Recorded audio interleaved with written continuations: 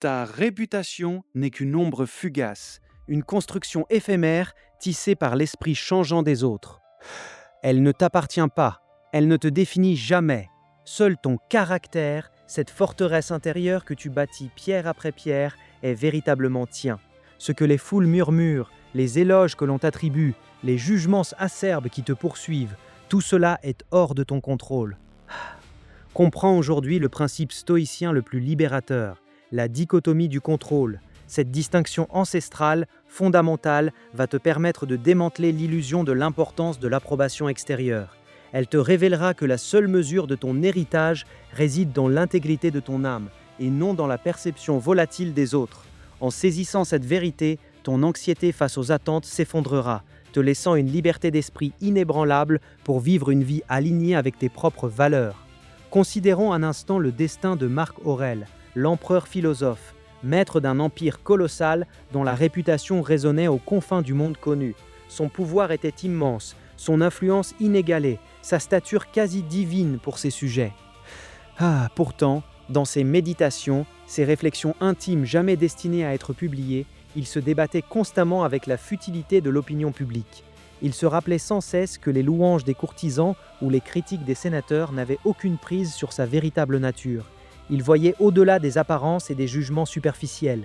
Il écrivait, avec une sagesse déchirante, ces mots qui transpercent les millénaires. « Si quelqu'un te méprise, c'est son affaire. Prends garde de ne rien faire ni dire qui mérite son mépris. » Ce n'est pas sa réputation publique, souvent fabriquée par la cour et les événements, qui le définissait. C'était sa quête incessante de vertu, sa discipline, sa justice et sa modération, même au sommet du pouvoir, qui formaient son caractère véritable. Il ne cherchait pas l'admiration, mais à agir droitement. Que dirait-il de notre époque, où la vie entière semble être une pièce de théâtre pour un public invisible, où chaque acte est posté, partagé, noté, commenté? Ne sommes-nous pas devenus des esclaves volontaires de cette même réputation que lui, l'homme le plus puissant du monde, jugeait vaine? Aujourd'hui, l'illusion de la réputation nous enchaîne plus que jamais. Le monde moderne est une arène gigantesque où chacun est invité à exhiber sa vie, à quérir des j'aime, à esquiver les partages négatifs. Nous nous retrouvons piégés dans un cycle incessant de performance. Nous nous démenons pour obtenir l'approbation sur les réseaux sociaux. Nous nous épuisons à plaire à nos collègues, à satisfaire les attentes de notre famille, à nous conformer aux idéaux irréels que la société nous présente. Et le prix de cette quête insatiable? Une anxiété omniprésente, une insatisfaction chronique, un sentiment de ne jamais être assez bien. Imagine-toi un instant avant de comprendre cette vérité stoïcienne. Tu te réveilles et ta première pensée est « Qu'est-ce qu'ils vont penser de moi aujourd'hui ?» Chaque décision, chaque parole est pesée à travers le prisme de l'opinion des autres. Tu publies une photo et ton cœur bat la chamade en attendant le verdict des likes. Tu reçois une critique et une vague de honte t'envahit, te faisant douter de toute ta valeur. Tu es un acrobate, constamment en équilibre précaire sur le fil tendu des attentes extérieures, craignant la chute, l'humiliation publique. Ton estime de toi est une girouette, tournant au gré des vents changeants de l'approbation populaire. Mais maintenant, après avoir assimilé la sagesse de Marc Aurèle et d'Épictète, tout bascule. Tu te réveilles et ta première pensée est « Comment puis-je agir avec vertu aujourd'hui ? Comment puis-je être fidèle à moi-même ?» Le j'aime ou le commentaire négatif deviennent de simples informations, des bruits de fond insignifiants.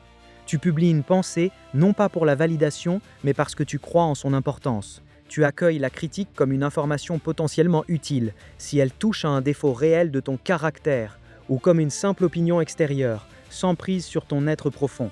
Tu es l'architecte de ta propre forteresse. Les regards des autres ne sont que des rayons de soleil ou des gouttes de pluie sur ces murs. Ils n'en ébranlent pas les fondations. Tu ne cherches plus à être aimé de tous, mais à être respectueux de toi-même. La liberté que cela procure est vertigineuse. Tu peux enfin respirer et être authentiquement toi. Pour ancrer cette sagesse dans ton quotidien, voici 3 pratiques stoïciennes concrètes.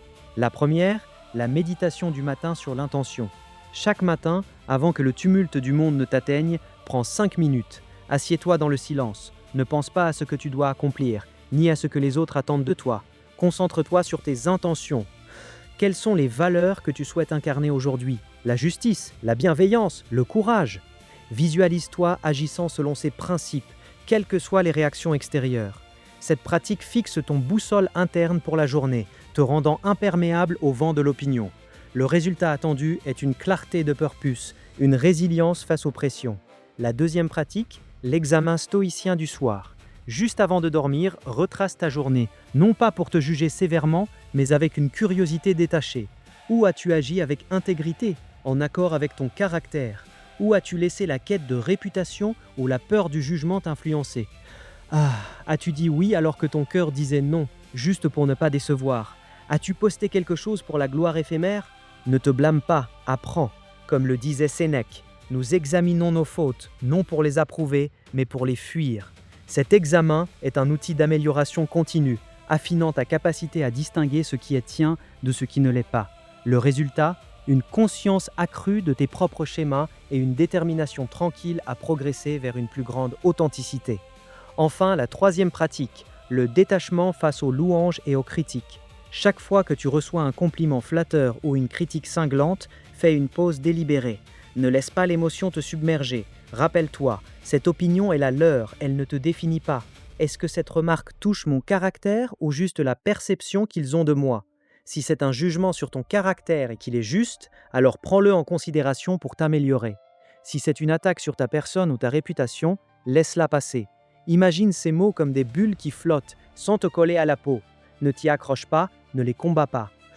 Laisse-les juste se dissoudre. Cette pratique construit un bouclier mental, te permettant de rester ancré, peu importe l'agitation extérieure. La force intérieure que tu vas y puiser sera ton plus grand atout. Tu n'es plus cet individu fragmenté, dont l'identité dépend des miroirs changeants du monde. Tu n'es plus un marionnettiste de ton image publique, épuisé à tirer les ficelles pour une audience invisible. Tu n'es plus le jouet de l'approbation ou de la désapprobation. Non, tu deviens l'architecte souverain de ton être, le bâtisseur inébranlable de ton caractère. Tu es un être libre, dont la valeur ne se négocie pas sur la place publique, mais se forge dans le silence de tes actes intègres, de tes choix vertueux.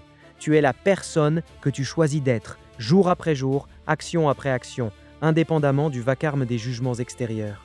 Ton héritage ne sera pas gravé sur des stèles éphémères, mais dans la solidité de ton âme. Alors cesse de courir après les fantômes, tourne-toi vers l'intérieur, bâtis ce qui dure éternellement, ce que personne ne peut te prendre ni te donner. Ton caractère, c'est la seule richesse véritable, le seul héritage indestructible. Et c'est en cela que réside ta plus grande liberté. La prochaine fois, nous plongerons dans une autre vérité fondamentale, une révélation qui pourrait bien transformer encore plus profondément ta perception du temps et de la réalité. Prépare-toi à un nouveau chapitre de sagesse libératrice.